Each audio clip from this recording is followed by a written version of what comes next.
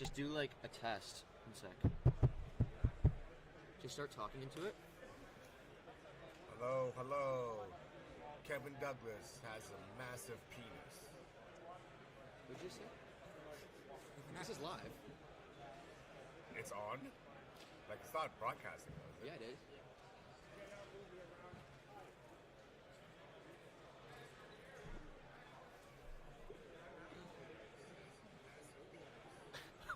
Well, that was a joke.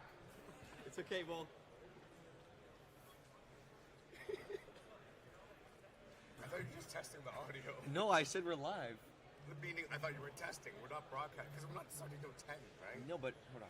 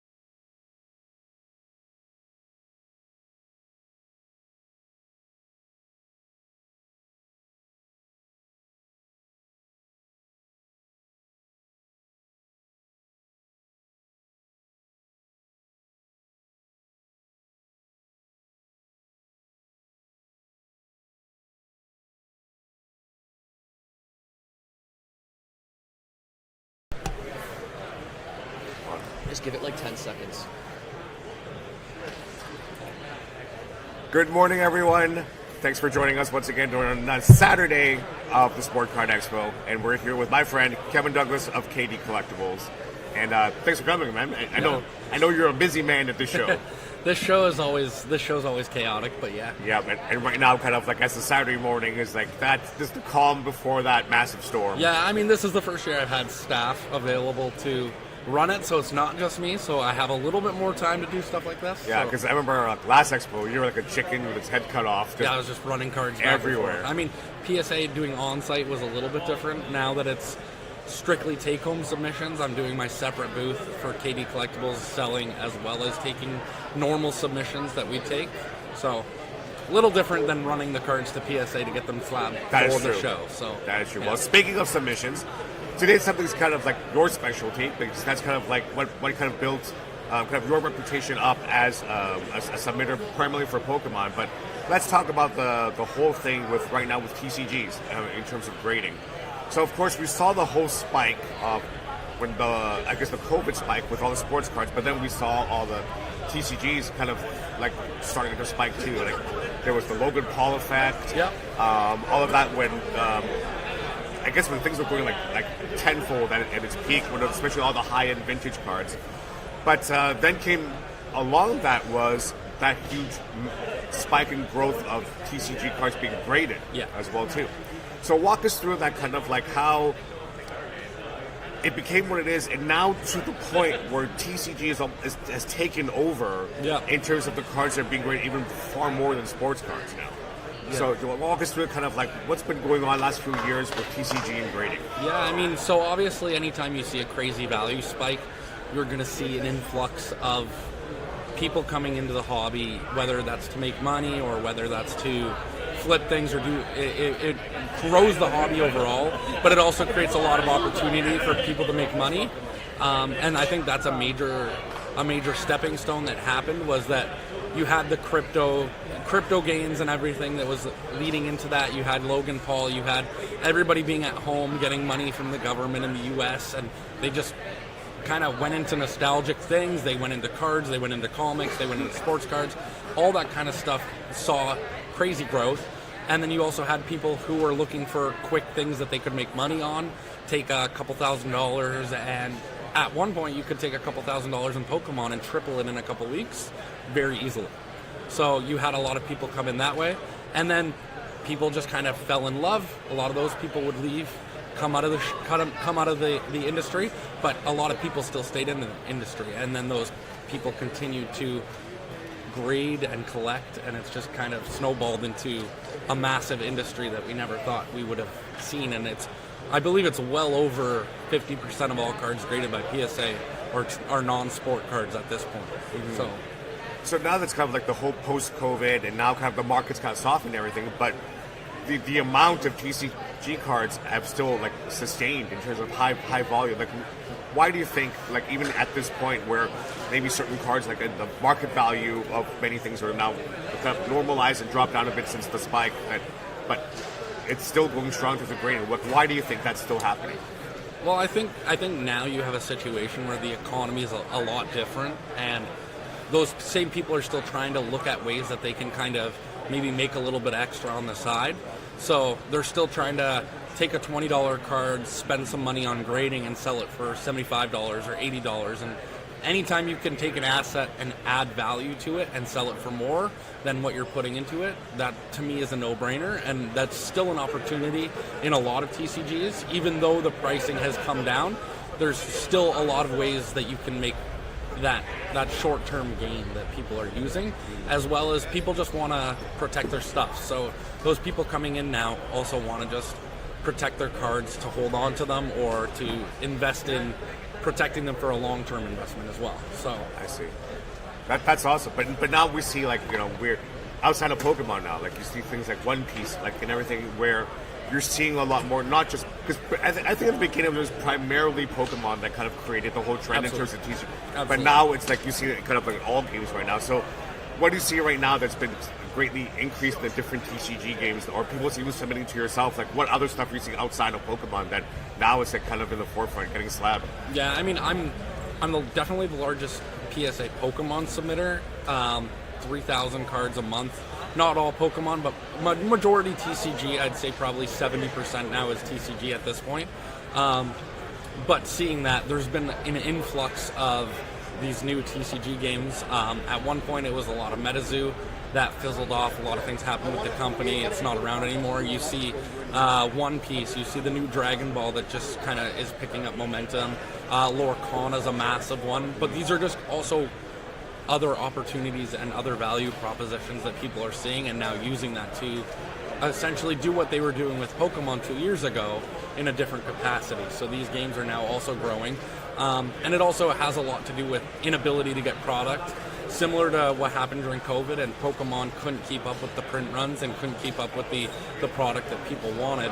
You see that happening now with games like One Piece and Dragon Ball and Lorcana, where people are just kind of gravitating to everything now. You have Disney, you have one of the I think it's the longest running anime that exists. Like, everybody has their little niche now, and it's hard for a card game to get momentum, but you're seeing a lot more of them kind of stand the test of time. Right. So and it's cool to see. And then was it Union Arena's coming out in October, like in English, finally. I know a lot of people are looking toward that because then it has all the other animes that people love finally in English.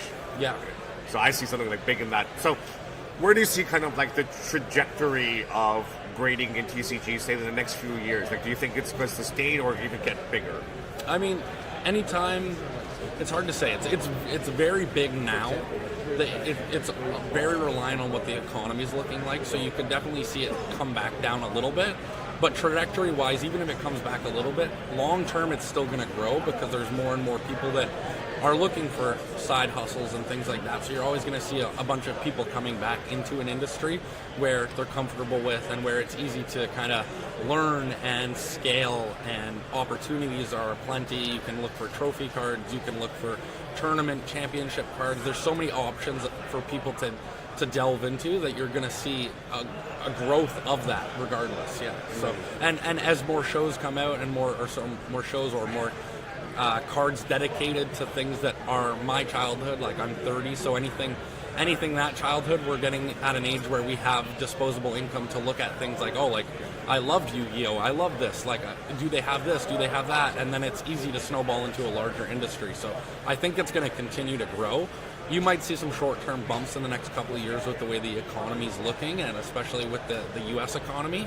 But I think overall, in the short term, you're going to still see growth, for sure. Yeah. I think as long as, like, for example, going back to Pokemon, it's like, as long as you have a hot enough product, I always feel like it's always good. Like, we always go back to the whole joke, like, as long as that particular set has a rare Charizard, a rare Pikachu, or some evolution, people will buy it, you know, that kind of thing. Well, you got to look at Pokemon as a Pokemon, because it's been around so long, is very cyclical, and it's always been the exact same. Like, you can see it, there's a low point of every single series, even Sword and Shield, where you see they went crazy, but at the low point, the early sets, nobody was liking them, similar to Scarlet and Violet right now. The difference was that they had to adjust their print runs through the end of Sword and Shield, which you don't see until 9 months later. So if you see all these people trying to get product, Pokemon can't change their print runs until 9 months from where you're seeing it. So all that time, they're scaling their print runs to get higher, and then you see a massive influx of product like you have for the first 4 or 5 sets of Pokemon, and now they're adjusting back down because the interest is lower on opening product. So now you're going to start seeing the sets of Scarlet and Violet do the exact same thing that Sword and Shield has done, where they're going to come out with better stuff and more desirable stuff, and it's just going to do the exact same thing that it does every single block. And it's a 5-year cycle that happens with TCG or with Pokemon every single time. And you see that mirrored into the grading side of things. Absolutely, yeah. Absolutely. So right now, Scarlet and Violet, because the print quality is so low, because they've scaled it so much, they have multiple printing facilities, it's harder to do QA management, it's a lot harder to grade. So I see a lot more 8s and 9s on super modern Pokemon that people are just opening than I've ever seen before. Now you're going to see them tighten their print runs again, and you're going to see the quality kind of be able to come back because they're not only focused on providing products, and then everybody's going to try to backfill their stuff with the cards they couldn't get or they didn't want to buy, and then it'll do the exact same thing. Like I said, every single block is pretty standard. You bring up a very good point, especially with regards to the quality control. I think it's almost like it almost causes people to now want to collect more Japanese Pokemon because the quality control is always so much better.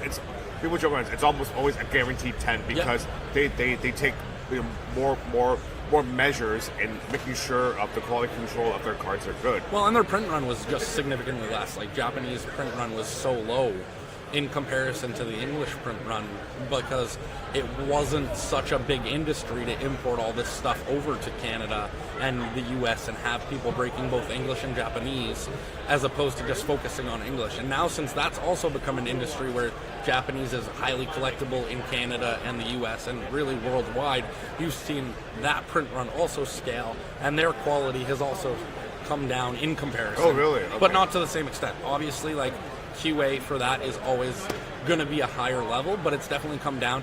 In a lot of the Sword and Shield areas, you don't even have to look at the cards and you know they're going to temp. As you move into the Scarlet and Violet eras, you see more off-centered cards, which is not as common in Japanese cards. So, but again, it's all cyclical, and their print runs will fluctuate as well, and interest now will wane like it is in Canada for Japanese cards. It's come down quite a bit from what it was, because when you couldn't get English, you went for Japanese, and then Japanese got expensive, right. And then English became more available, and then it came back to English, and now Japanese has come down quite a bit. So it's all cyclical. Everything kind of moves in step with one another. When you can't get one, it moves to the other. And then there was a rise in Korean Pokemon for right. a long I've seen quite a few here at the show. Yeah, so you see anytime that the availability becomes difficult, the price becomes a lot higher, and then people look for different options to open the cards because they want the card, like the specific cards from those sets. And then when those become too expensive, then they look at the next set or a different language or anything like that, right or wrong. So it's interesting to see it, but it's also easy to predict when you've been around as long as I have of what's going to happen. Right. You can't write off Pokemon. It's never going to happen. It's been around it's so long yeah. now. They know what they're doing. They know how to control the market, and they also know how to get people back interested in sets, right? So for sure, 27 years strong, right? They've been doing it, so yeah, and it'll continue to grow. Like Pokemon as the largest entity that exists. It's bigger than anything. It's bigger than all these things, that it's just going to continue to grow, especially since the TV show is still going after all this time. All the video games. The video games are still sought out. Like the video games, I still have people that I know at 30, 31, 33 that buy the game as soon as it comes out and plays it, because it's just that's what they've done since they were a kid. And even just on like Pokemon Go is going through a resurgence all of a sudden too. Yeah. Like, I mean, Pokemon Go definitely had a definite factor. Like when you look at the COVID spike, there's also a Pokemon Go spike that happened in 2016 where people just downloaded Pokemon Go and then they're like, oh, I'm going to go back and collect the cards. So you saw a massive influx in that. But if you don't think the technology and the changes that are happening are going to have consistent people coming in different ways of cool stuff, like then it'll be cool to see how things change and how they integrate new technology and stuff like that, especially with the AI resurgence into Pokemon, and it'll just bring people in that way too, right? Cool. So, So for yourself, because I said you're the biggest submitter like for PSA in Canada. What are like you've seen? Let's just say maybe like the 5 most common or typical cards that you see in TCG that are being submitted to PSA. Like specific cards. Specific cards, like what are like? Hey, you get an order and there's like 50 of these. You know what I mean? Like. What were those 5? The Van Gogh top Pikachu 5? was massive. Right. The Van Gogh Pikachu was a big one. People thought. I mean, I knew that the availability was a lot higher than what was ever going to be stated. It was reprinted too, right? And Pokemon stated they don't. Pokemon states publicly that they don't want the secondary market to control cards for people. So anytime you see a card go for free that is $200, Pokemon's going to do whatever they can to remove that barrier of entry into the industry. So there was prints, there was multiple prints. There was like, oh, let's give stores 200 copies in the UK. Let's add it to the website again, like stuff like that. But you also see all those opportunities for people who want to make money to come in and sweep through and get whatever they can. Right, yeah. You had it at the museum where people were standing outside of the museum offering people money as they came out to buy their card. But that was a massive card. To your question, like, there's no specific card that I can think of off the top of my head. When it's 3,000 cards a month, you see a ton. So you don't see like a few that's always constantly all the time. I mean, I see a lot of people are into the middle of the road, lower end stuff. So you see a lot of like Celebrations Charizards come through. You see it anytime there's a Charizard, you see it kind of surge up, and it'll consistently be one of those cards. Like if you look at 3,000 cards in a month, I'd say 500 of them are always Charizard of some capacity. Right. You see a ton of Umbreons, you see characters like that, so that's easy to look. Lorcana, you see a resurgence of the Elsa now that it's climbing back up, the Enchanted Elsa. So I see a ton of those because it's, I think, $4,000 in a 10. Wow. So you see a lot of those coming through where it's like, this card is now too expensive not to grade, and that's what I always tell people. It's like, you can have a binder of expensive cards, but at some point you need to look at that binder of cards and be like, this is too expensive to not have in some sort of protection, whether it's PSA, whether it's Beckett, whether it's a one touch, anything that isn't in a binder, and then as people kind of see that value go up, they'll move it that way. So Elsa for sure. I see a lot of a ton of One Piece recently, especially with PSA. So you end up seeing like Nami is huge. Right. Nami. All the manga rares. Specific ones would be manga rares. Like I can't give you a specific card, but I can give you the subtypes of all of it, all those championship, like the cup cards, all that kind of stuff. Yeah. Anytime there's a cool promo in anything, it comes like Lorcana, the play promos. Everybody buys them. Like everybody sends them. Everybody see. Like they just like consistently send that kind of stuff. So yeah, I think for the difference also too with TCG values, that's very uniquely different than from sports cards, is because you know how sports cards are kind of like dependent on the performance of the player, right? Or if he's a hot rookie, people are prospecting. But for TCGs, it's almost like its own version of it is playability as well too, right? So that's why it's like talking about the Elsa. It's like, yes, Elsa's a very maybe popular character, maybe among like young girls or whatever. But what's driving us? But once again, it's playability as well too. So I find that if any rare card could be used for the meta, it always increases the value. But it also could hurt the other way if it gets banned or rotated out or whatever it is as well too. So you got to look at it from two capacities. You have the collector, and then you have the player. And anytime you have a game that has momentum in playing, like One Piece or Lorcana, those people want those cards. Most people want to have like the highest quality card. Max rarity. Max rarity, exactly. Max rarity deck. So you want those Enchanteds, but also those cards are now more expensive to get because people want them. So the people who are collectors are like, well, I'm going to buy this card and grade it because if it's a $1,200 card raw, I'm going to grade it and sell it for $4,000. Like, why wouldn't it? But that removes another copy from a player being able to use it because they can't play a graded card. So you have this power struggle between collector versus player, and you can see crazy growth in some cards because of that. And then if they get cycled out like they do in Pokemon, I don't know if Lorcana does like a cycling or anything because it's relatively new.